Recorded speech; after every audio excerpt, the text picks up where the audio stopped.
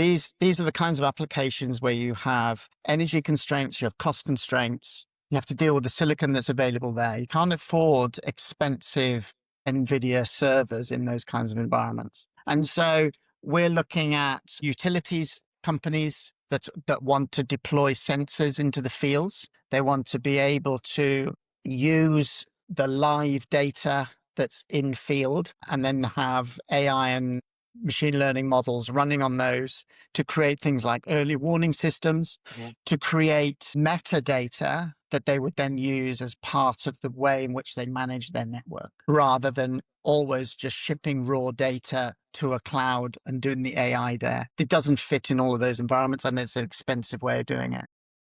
Yes, and neural networks suffer with things like drift as well. So as you mentioned, the networks making different decisions given the same data. And that might be acceptable in some scenarios, but actually in most of these kinds of situations, no. When I give it a set of data, I want to validate that I'm always going to get that answer, and I want to know why. Now, there's one of the challenges with explainability is how you represent it. And actually because you can't get away from the fact that these models are complicated.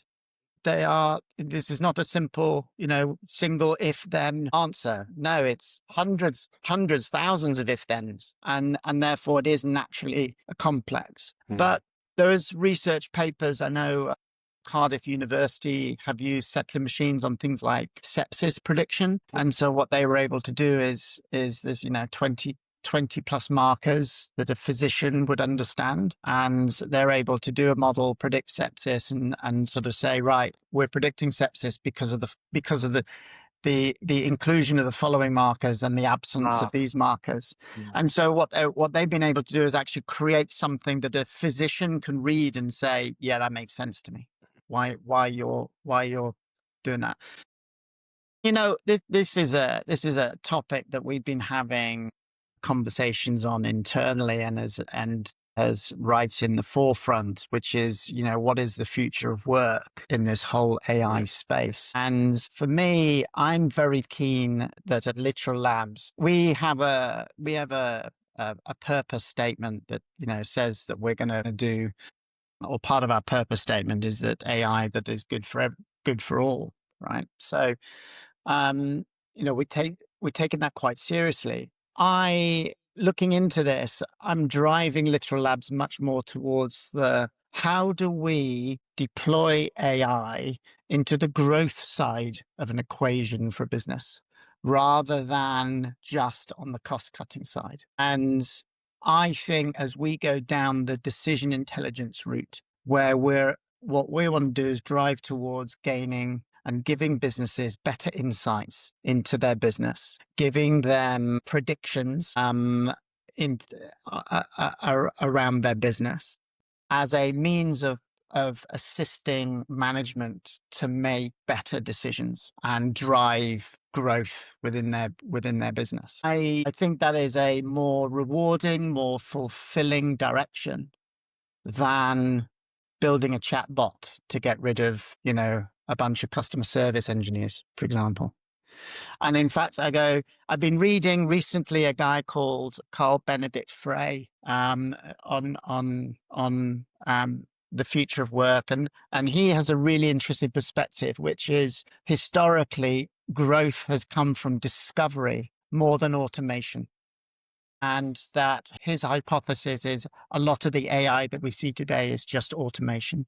We're automating human tasks, but that's not going to be the direction that's going to give us productivity growth. Productivity growth comes from discovery and from, but I would definitely start with your open AIs and your chatbots if you really want, because it's easy, and start to play with a skeptic eye and really understand how they work. I think that is worth doing, because these are useful tools, but you need to know also where the limitations are. See, one of the challenges is the output sounds so convincing, people are convinced, but it's often wrong, factually wrong. So, but I do think it's worth starting down that route and starting to play and really understand and experiment with how you drive these these chatbots beyond just simple questions, but it's a great example of a guy that you can who put commands in his LinkedIn profile. Yeah, I don't know whether you saw that. He put commands in his LinkedIn profile, which basically meant that any chatbots that were scraping LinkedIn for jobs sent him, flan recipes. But the point is that actually these are machines that can be directed. And if you understand how those machines work, then that's worth playing with. I think from our side, as I say, we engage with customers. We'll be bringing out tools later on this year. We are at that early stage. We'll bring out tools, and then for us, it's all about, so what data have you got? What predictions do you want to make? And let's build you models that are going to predict going forward or classify actions going forward. Yeah, I think geopolitically, yes, there is effectively you have to be in the game. Because I think as we look at, unfortunately, when you look at things like the Ukraine war, this is an AI image processing battlefield with autonomous machines fighting. And so at a national security level, then you need to be in that game, because if you're not, then you're not going to be able to provide safe defense for the country. So there's an element of having to be in that game. But I do think we're in the early days.